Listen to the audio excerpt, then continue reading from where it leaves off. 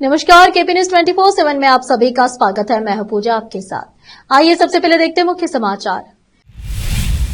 PM E drive योजना के तहत कर्नाटक को मिलेगी इलेक्ट्रिक बसें, चरणबद्ध तरीके से होगा वितरण। जेडीएस प्रमुख एचडी देवेगौड़ा का आज 92वां जन्मदिन, पीएम मोदी समेत कई नेताओं ने दी बधाई। उन्हें इतना हैंडसम कोई नहीं मिला, पाकिस्तान से मिल रही ट्रोलिंग पर असद ओवैसी ने दिया ये जवाब। हैदराबाद के चारमीनार के पास इमारत में लगी भीषण आग, 17 की हुई मौत, प्रधानमंत्री मोदी ने जताया दुख। महाराष्ट्र के सोलापुर में कारखाने में लगी भीषण आग, 5 से 6 लोग फंसे।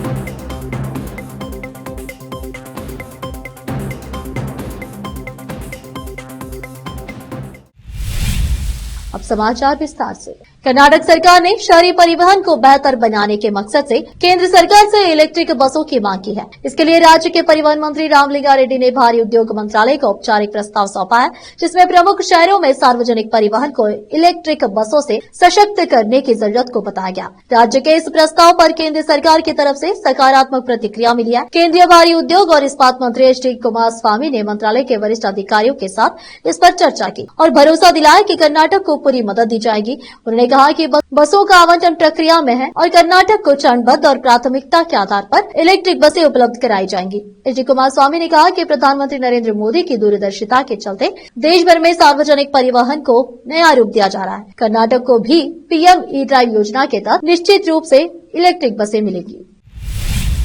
आज रविवार 18 मई को जेडीएस प्रमुख व पूर्व प्रधानमंत्री का 92वां जन्मदिन है। प्रधानमंत्री नरेंद्र मोदी ने रविवार को कई नेताओं के साथ जेडीएस सुप्रीमो एचडी देवेगौड़ा को जन्मदिन की बधाई दी। सोशल मीडिया पर पोस्ट करते हुए मोदी ने लिखा कि हमारे पूर्व प्रधानमंत्री श्री एचडी देवेगौड़ा जी को जन्मदिन की हार्दिक शुभकामनाएं। ईश्वर उन्हें दीर्घायु और स्वस्थ जीवन प्रदान करे। प्रधानमंत्री ने कहा कि गौड़ा को उनके राजनेता जैसे दृष्टिकोण और जनसेवा के प्रति जुनून के लिए व्यापक रूप से सम्मान दिया जाता है। उन्होंने कहा कि कई मुद्दों पर उनकी बुद्धिमत्ता और अंतर्दृष्टि महान शक्ति का स्रोत है। मुख्यमंत्री सिद्धरामैया ने एक्स पर अपने संदेश में कहा कि देश के वरिष्ठ राजनेता और पूर्व प्रधानमंत्री एचडी देवेगौड़ा को जन्मदिन की हार्दिक शुभकामनाएं। कर्नाटक राज्य की जातीय जनगणना के अनुसार मुसलमानों की सामाजिक स्थिति बेहतर है, जैनों के बराबर, लेकिन आजीविका के मामले में वे सबसे पिछड़े हैं, जिसमें कर्नाटक के सबसे बड़े धार्मिक अल्पसंख्यक के लिए आरक्षण को 4% से बढ़ाकर 8% करने की सिफारिश की गई है। सामाजिक एवं शैक्षिक सर्वेक्षण या जातीय जनगणना में मुसलमानों को पिछड़ेपन का स्कोर 200 में से 89.25 दिया गया है। मुसलमानों को यादव गोला समुदाय से नीचे रखा गया है, जिसका स्कोर 93.20 है। स्कोर जितना अधिक होगा, समुदाय उतना ही अधिक पिछड़ा होगा। मुसलमानों का सामाजिक स्कोर 100 में से 19.71 है। यह जैनियों के करीब है, जिनका स्कोर 19.73 है।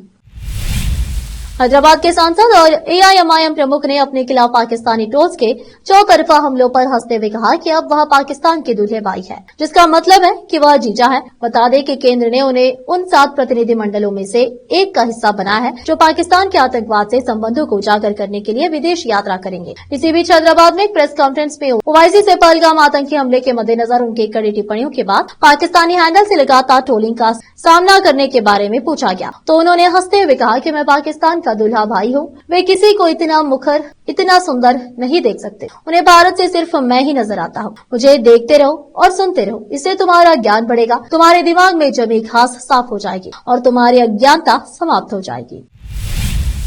अब फिलहाल लेते एक छोटा सा ब्रेक।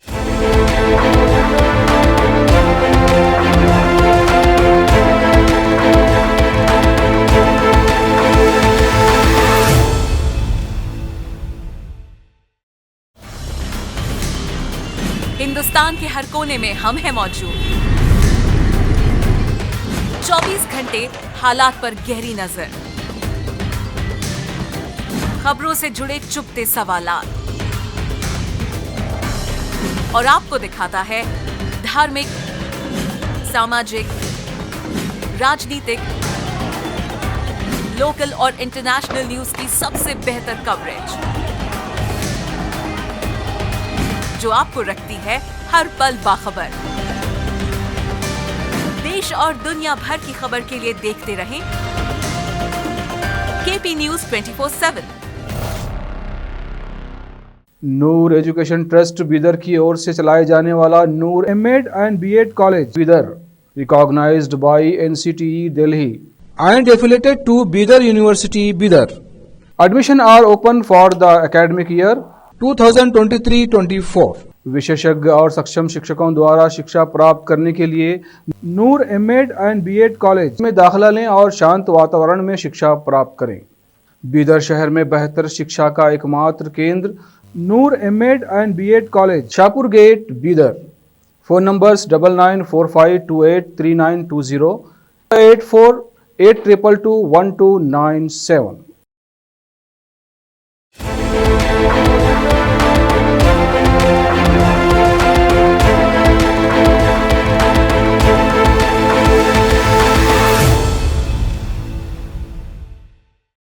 ब्रेक के बाद आप सभी का स्वागत है। आइए देखते हैं देश के अन्य समाचार।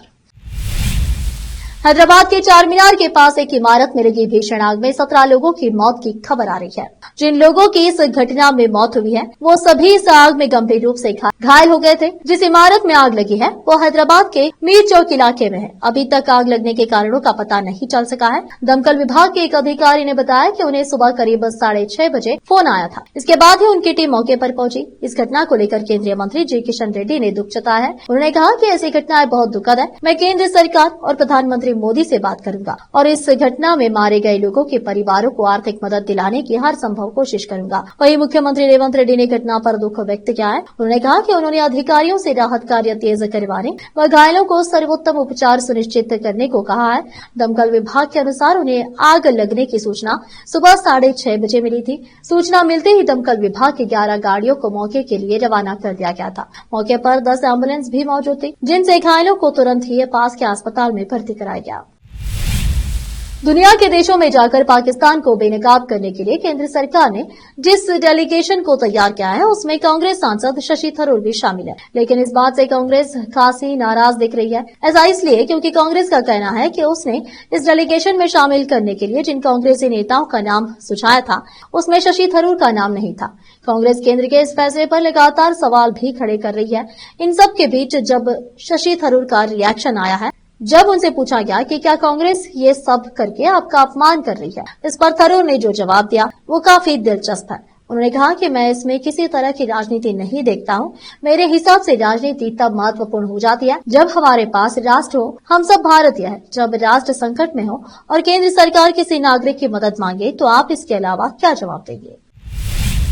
महाराष्ट्र के सोलापुर शहर के अक्कलकोट रोड MIDC क्षेत्र में एक कारखाने में भीषण आग लग गई है। जानकारी के अनुसार सेंट्रल इंडस्ट्रीज फैक्ट्री में सुबह करीब 3 बजे भीषण आग लगी। प्रारंभिक जानकारी में सामने आ रहा है कि आग में एक 6 महीने का बच्चा भी फंसा हुआ था। दमकल कर्मियों ने अब तक 3 लोगों को गंभीर हालात में आग से बचा है। अभी तक फैक्ट्री में 5 से 6 लोग फंसे हुए हैं। मौके पर बड़ी संख्या में फायर ब्रिगेड की टीम पहुंच गई है और बड़ी संख्या में पुलिस बल तैनात किया गया है। अब फिलहाल एक और छोटा सा ब्रेक।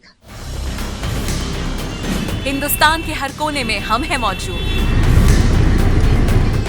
24 घंटे हालात पर गहरी नजर, खबरों से जुड़े चुपते सवालात और आपको दिखाता है धार्मिक, सामाजिक, राजनीतिक, लोकल और इंटरनेशनल न्यूज की सबसे बेहतर कवरेज जो आपको रखती है हर पल बाखबर। देश और दुनिया भर की खबर के लिए देखते रहें KP News 24/7। ब्रेक के बाद आप सभी का स्वागत है। आइए देखते हैं देश के अन्य समाचार।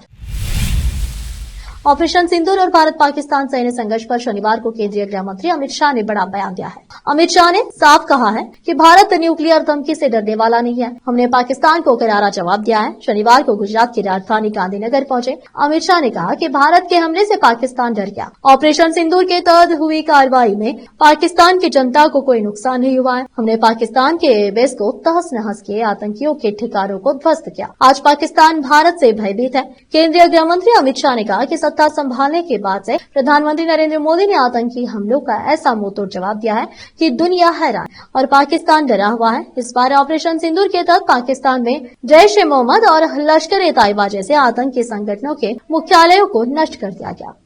मोदी जी ने भारत को विकसित बनाने में तो कोई कसर नहीं छोड़ी। हर एक क्षेत्र में विकास के नए आयाम और नए रिकॉर्ड की सृजन हो रहा है। परंतु नरेंद्र भाई ने हमारे देश को सुरक्षित करने का काम भी हमारे नेता नरेंद्र मोदी जी ने किया। 2014 में जब मोदी जी प्रधानमंत्री बने, उसके पहले सालों से आए दिन देश भर में आतंकी हमले होते थे। पाकिस्तान से आतंकवादी आते थे और हमारे जवानों को, हमारी जनता को मारकर चले जाते थे, बम धमाके करते थे, कई प्रकार के षड्यंत्र करते थे, मगर कोई जवाब नहीं दिया जाता था। नरेंद्र मोदी जी ने जब से शपथ ली तब से 3 बड़े हमले हुए। पहला हमला उरी में हुआ, दूसरा हमला पुलवामा में हुआ और तीसरा हमला अभी अभी पहलगांव में करने का दुस्साहस पाकिस्तान प्रेरित आतंकवादियों ने किया।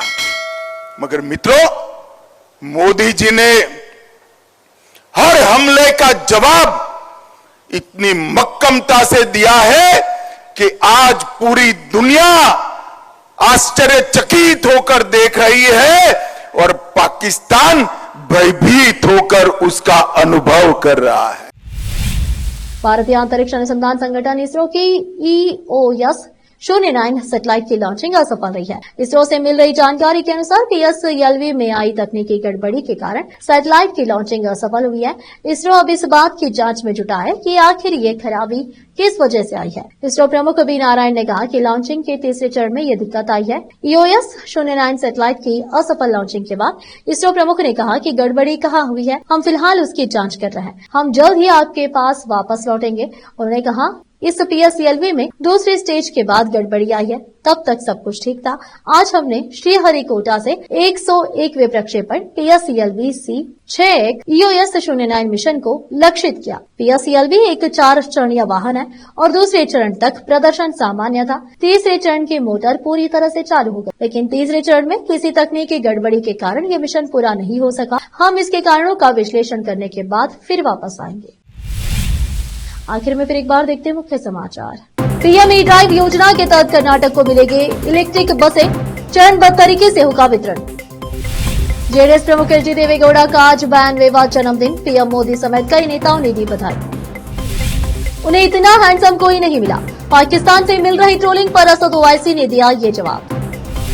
हैदराबाद के चार मीनार के पास इमारत में लगी भीषण आग, 17 की हुई मौत, प्रधानमंत्री मोदी ने जताया दुख। महाराष्ट्र के सोलापुर में कारखाने में लगी भीषण आग, 5 से 6 लोग फंसे।